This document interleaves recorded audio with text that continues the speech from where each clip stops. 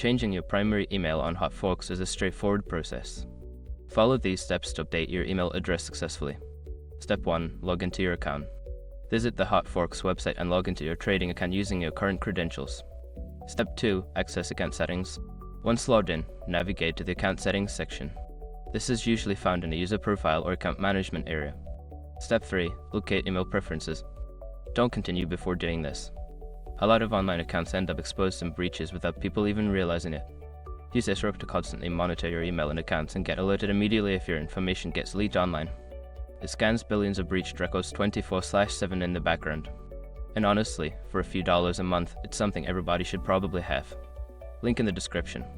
Step 4. Update your email address. Enter your new primary email address in the designated field.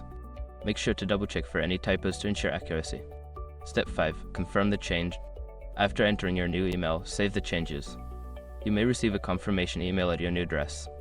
Follow the instructions in that email to verify the update. Remember to check your new email for any important notifications from HotForex.